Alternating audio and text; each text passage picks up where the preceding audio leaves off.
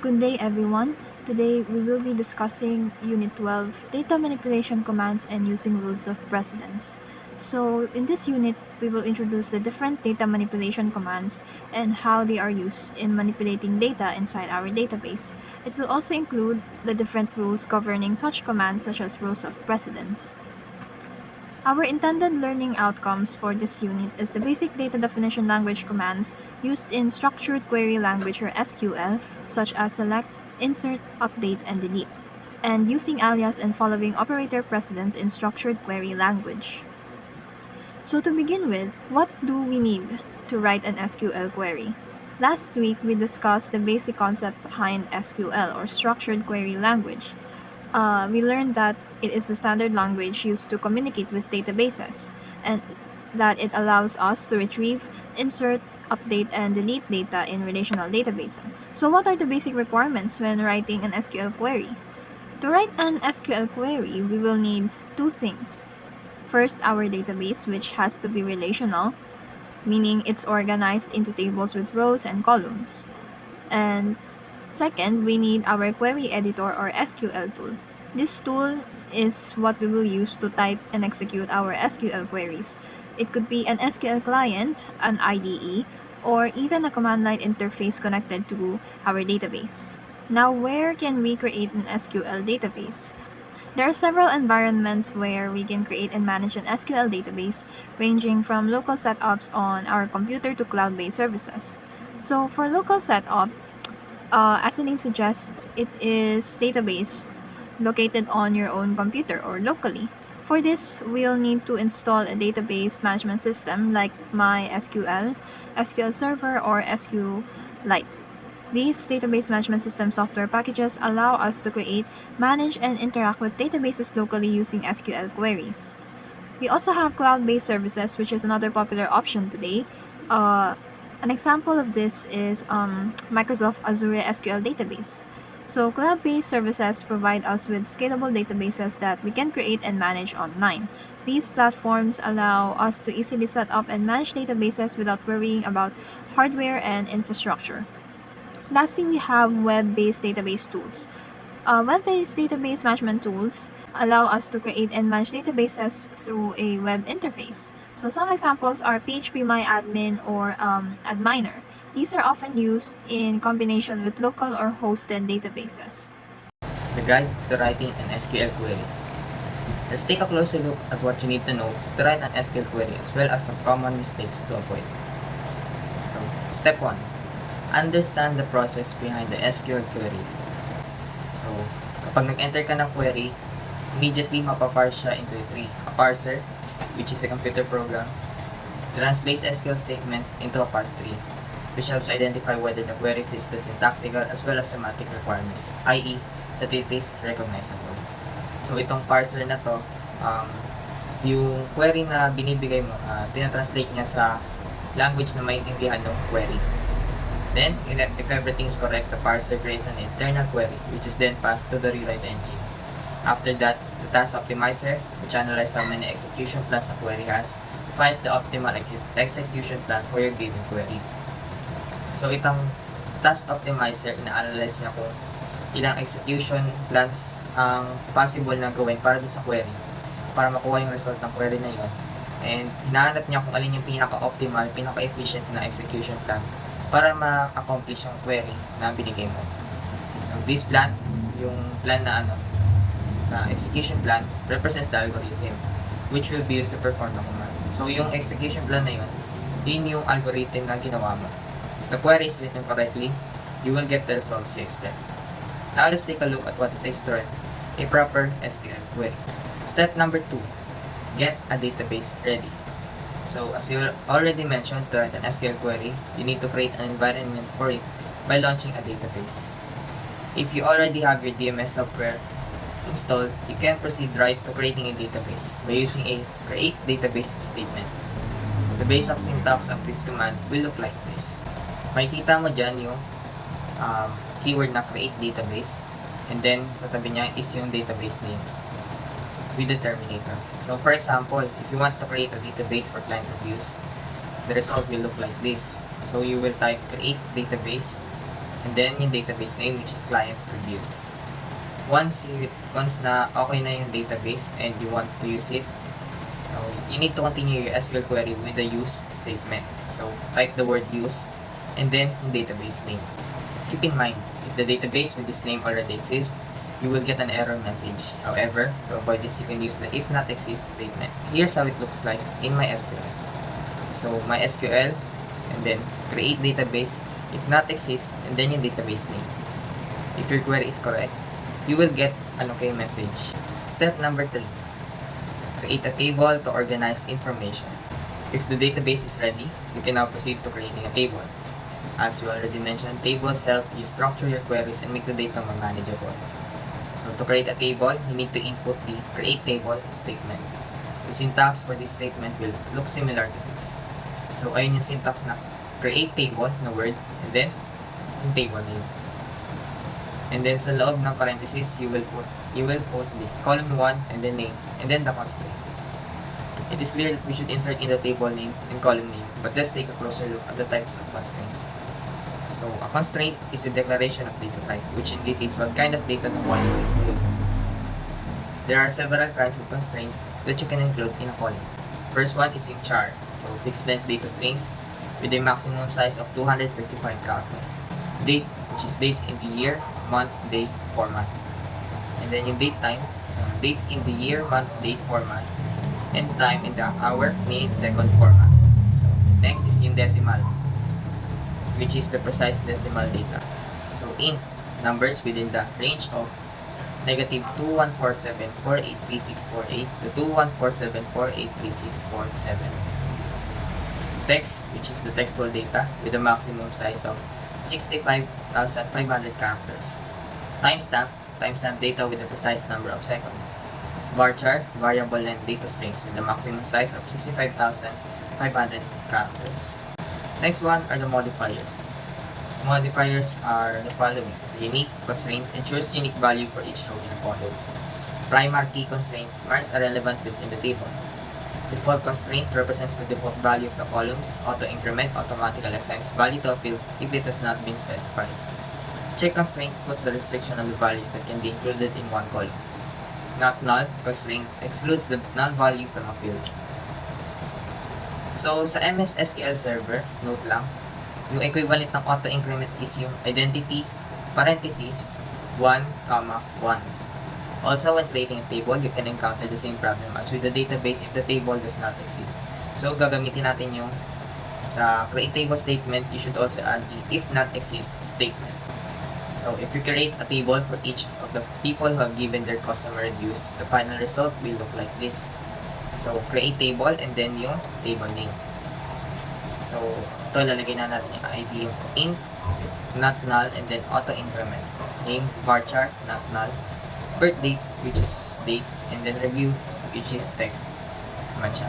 So, for Microsoft SQL Server, the command will be create table, then table name, then parentheses ID int not null, which is para sa kapalit ng auto increment, gagamitin natin yung identity 1, 1. Name varchar with the value 50, which is not null. Birth date, which we will use date, and then review varchar max. So step 4. Start with the basic SQL statements. When the table is ready and operational, pwede na tayo mag-continue sa pagsulat ng SQL queries by inserting data inside the table. Here are all the basic statements to input and manage the data inside the table. Insert into statement. This statement is used to include new rows into a table. The syntax should look like this. Insert into, table name, and then column 1, column 2, column 3 is enclosed in a parenthesis, and don't forget the semicolon. Then, pwede ka rin mag-add or include values, the data for each of the column. So, for the example, insert into, customer profiles, yung sa table name, and then for the column 1, we have name, sa pangalawa, birth date, and sa pangatlo is review.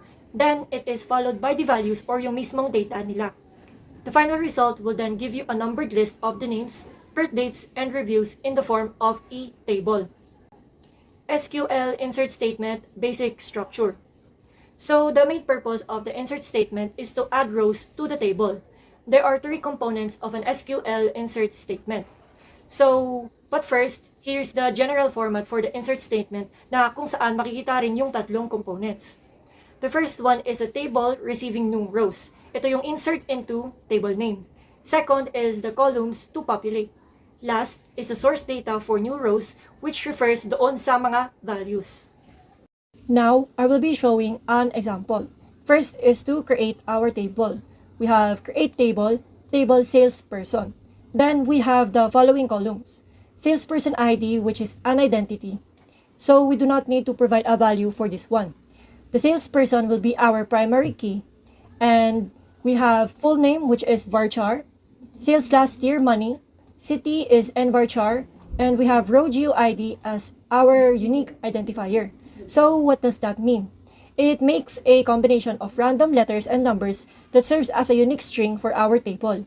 Instead of using salesperson ID as our primary key, we can use the GeoID, but it is not recommended since if we connect multiple rows to multiple tables, the larger the table gets, the slower your query will become. So it's better to use an int as our primary key. Next is to declare all the required columns as well as defining the values that go into the particular column. We have to make sure it is in proper order as well as the values. If the description of a column is null, gaya ng sales last year, etong money, we do not need to specify it. But it's up to you naman as long as columns and values nag-align naman sila ng data. Then let's try to execute the program. And yung results nito nandito na sa baba. So nandito yung salesperson ID, full name, sales last year, city, and the row geo ID. Now, let us insert another example with multiple values inside our table. Para magawa natin ito, we will define the columns instead of using multiple values. Sineseparate natin ito with an open parenthesis and then close, followed by a comma. Pwede rin natin ilagay yung naunang values na ginawa natin kanina.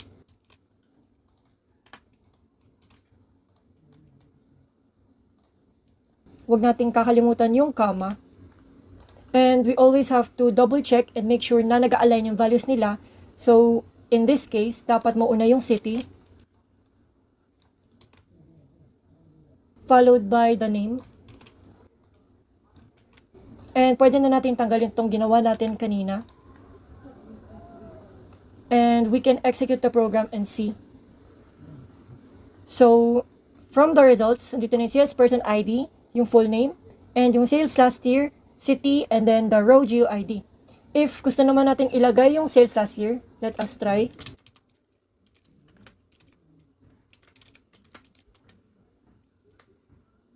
Let us add values. Let's say null.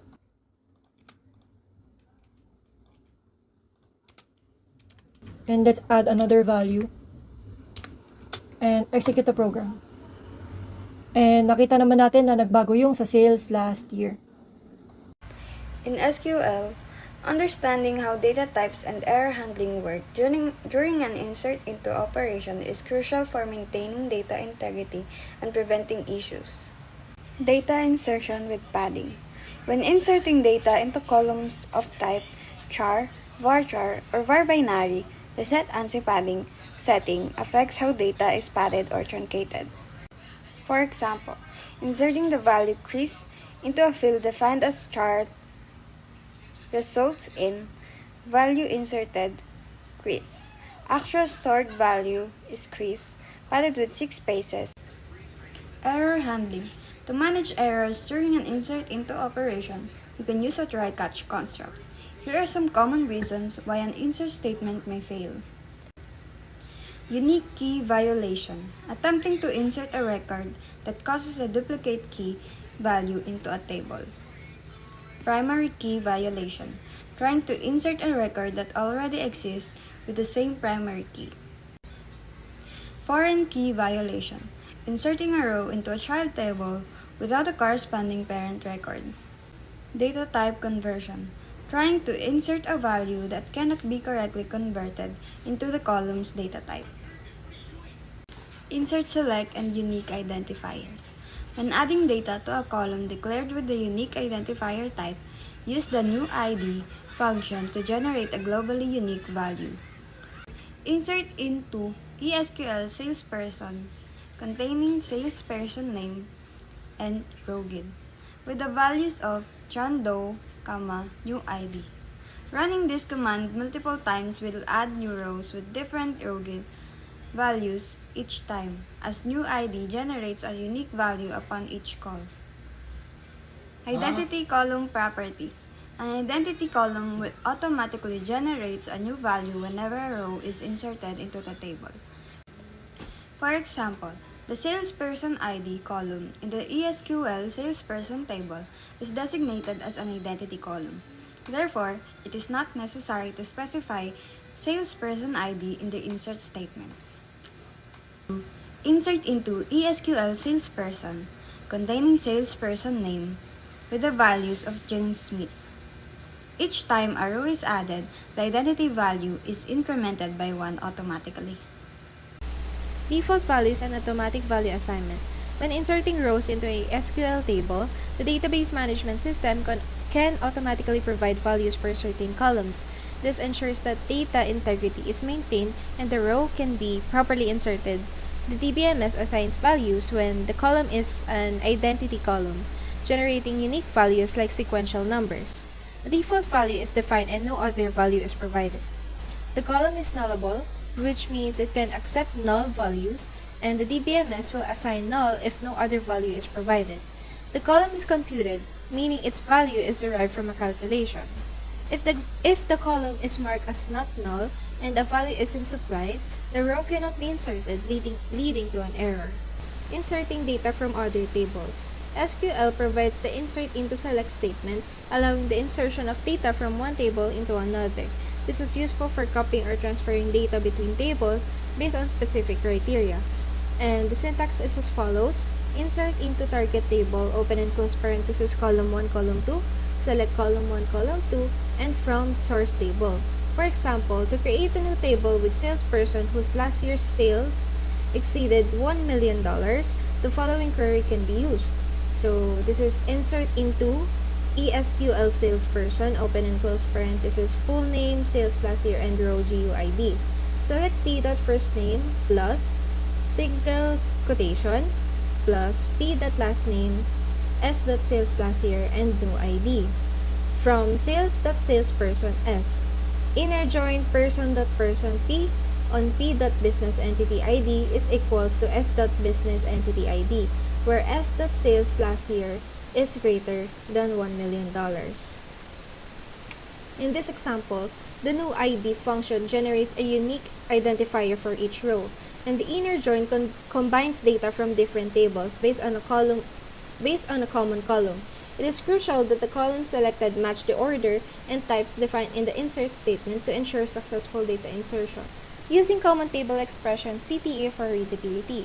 A common table expression, or CTE, can make complex queries easier to read and manage. It allows for temporary result sets to be defined and used within an insert operation. The following syntax can be seen here at the presentation. In this approach, it improves the readability and organization of queries, especially when inserting data based on complex conditions. Select clause for data extraction. The select clause is used to extract data from one or more tables in SQL. It can target specific columns or use select to retrieve.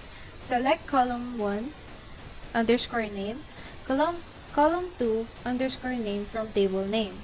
It is a foundational part of SQL and is often used in combination with the other clauses for filtering, ordering, and limiting the data. Filtering data with the where clause. The where clause allows data to be filtered based on specified conditions.